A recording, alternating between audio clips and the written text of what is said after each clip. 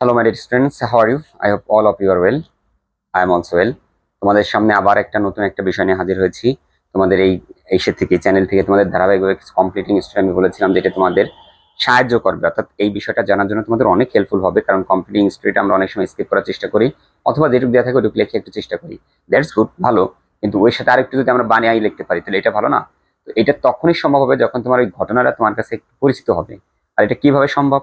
এটা সম্ভব হবে যখন তুমি হচ্ছে কোনো একটা স্টোরি তোমার ভাষায়, তোমার নিজের ভাষায়, মাতৃভাষায় যখন ট্রান্সলেট করে পড়তে পারবে, গল্পটার থিমটা তোমার ভিতরে জাগ্রত থাকবে, তখনই তুমি এটা তুমি ভালোভাবে প্রেজেন্ট করতে পারবে। তো যেহেতু আমি তোমাদের এই চ্যানেল থেকে বেশ কয়েকটা স্টোরি বাংলা অর্থ সহকারে জানিয়ে দিয়েছি, পড়িয়ে দিচ্ছি, ওটা যদি তুমি রিপিটেডলি অনেক 2 থেকে 3 বার দেখো, তাহলে তোমার কিন্তু এই স্টোরিটা কমপ্লিট হয়ে যাবে। তো আশা করবো যারা পরীক্ষার্থী সিরিয়াসনেস আছে তারা অবশ্যই এই ক্লাসগুলো একটু মনোযোগ সহকারে দেখবা, যাতে তোমরা পারো। আজকে আমরা তোমাদের জন্য আরেকটা স্টোরি নিয়ে আসছি যেটা খুবই ইম্পর্টেন্ট অল বোর্ডের জন্য, king Midas. King Midas is one of the most important story for HSC examinee for all board. সমস্ত বোর্ডের জন্য এটা খুবই প্রয়োজন। তো তোমাদের কাছে আমার রিকোয়েস্ট থাকবে, তোমরা কিং মিরাজটা একটু ভালো করে জেনে পড়বে, যাতে করে তোমরা এই বিষয়টা থিমটা মাথায় থাকে। সো আমরা কথা না বেড়ে চলো স্টোরিটা আমরা একটু আমাদের মতো করে পড়ার চেষ্টা করি। সো ওয়ান্স আপন এ টাইম, কোনো এক সময় there was a king in a certain kingdom. একটা নির্দিষ্ট রাজ্যে একটা রাজা ছিলেন। His name was king Miraj, তার নাম ছিলেন রাজা Miraj.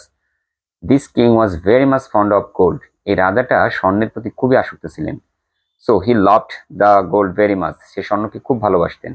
Most of the time he worship to the god of wealth, অর্থাৎ যেটা হচ্ছে সম্পত্তির দেবতা, তার কাছে প্রায় প্রার্থনা করতেন, প্লিজ গড, হে দেবতা, give me the golden touch. আমাকে একটা গোল্ডেন টাচ দেন, অর্থাৎ আমি যেটা what I will touch it will turn into gold. যা আমি স্পর্শ করবো সেটাই গোল্ডে পরিণত হবে। So one day at night, midnight, he prayed to the goddesses of wealth, অর্থাৎ স্বর্ণের দেবতা বা দেবতার সম্পদের দেবতার কাছে প্রার্থনা করলেন। সো আফটার দ্যাট নাইট, ওই রাতের পরে, he was lying in the garden, তিনি বাগানে শুয়েছিলেন। সাডেনলি, হঠাৎ, হি woke আপ, তিনি জেগে উঠলেন, and he saw a apple that was fallen from the tree, যেটা গাছ থেকে পড়েছে। So to eat this apple, সেই অ্যাপলটা খেতে হি পিক আপ ইট, তিনি এটাকে তুললেন। And when he touch it, যখন এটাকে তিনি স্পর্শ করলেন, ইট টার্ন ইন্টু গোল্ড, এটা স্বর্ণে পরিণত হয়ে গেল। So Singh this the king become very glad. এটা দেখে রাজা খুব আনন্দিত হলেন। And because of his curiosity he began to touch everything. তার এই উৎসুকতা থেকে সে সবকিছু টাচ করতে জিজ্ঞাসা করলেন, when ever he touch anything it turn into gold. So যখনই সে কোনো কিছু স্পর্শ করে এটা স্বর্ণে পরিণত হয়ে যায়।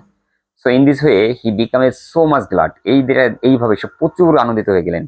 And he loudly shouted that I will be the owner of the all golds of the world. আমি পৃথিবীর সমস্ত স্বর্ণের মালিক হবো। So I am the king of this kingdom, nobody can compare with me. কেউ আমার সাথে তুলনা করতে পারবে না। So in the meantime, এরই মধ্যে, হিজ বিলাভেড ডটার, তার প্রিয় কন্যা, হুম, যাকে হি লাভড এ লট, প্রচুর ভালোবাসতেন, দেন হিজ লাইফ, তার জীবন থেকে। So he saw his daughter, সে তার কন্যাকে দেখলেন, his daughter was coming or running towards him, তার দিকে দৌড়ে আসতেছিলেন। So also the king went to her, তার নিকট গেলেন, and he touched her daughter or picked her daughter to love him, to love her, তাকে ভালোবাসার জন্য তার সন্তানটাকে ধরলেন।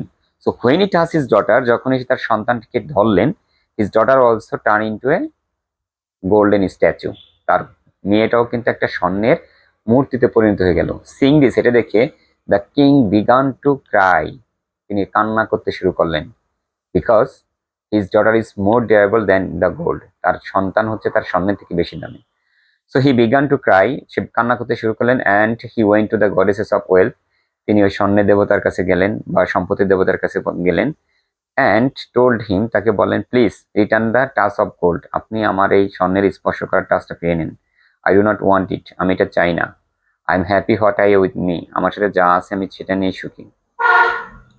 দেন the goddesses of the wealth return the golden touch, এই গোল্ডেন টাচটা তিনি ফেরত নিয়ে গেলেন। And the king became happy and he understood his fault, এবং তিনি সুখী হলেন এবং তিনি তার ভুল বুঝতে পারলেন। So we can say the moral story of this story, এই গল্পের মৌলিক কথা হচ্ছে যে greed brings disaster and disaster brings damages or destruction. লোভ ডেকে আনে দুর্যোগ, আর দুর্যোগ ডেকে আনে মানুষের ক্ষতি বা ধ্বংস। তো আশা করি তোমরা এই গল্পটা এইভাবে পড়লে তোমাদের কাছে সোজা হয়ে যাবে। তোমরা বিশ্বাস করে তোমাদের যদি এইভাবে প্রত্যেকটা গল্প পড়াই দেয়, তোমাদের কাছে এটা এতটাই প্রিয় হবে এবং তোমরা এতটাই ভালো করতে পারবে, সেটা বর্ণনাতীত। যদি 2 থেকে 3 বার এটা শুনে তোমাদের মাথার ভিতরে থিমটাকে ক্যাচ করো। তো আমি আশা করবো তোমরা এই ক্লাসগুলো খুব মনোযোগ সহকারে দেখবে। তো আজকে এই পর্যন্ত, সবাই ভালো থেকো, সুস্থ থেকো, আল্লাহ হাফেজ।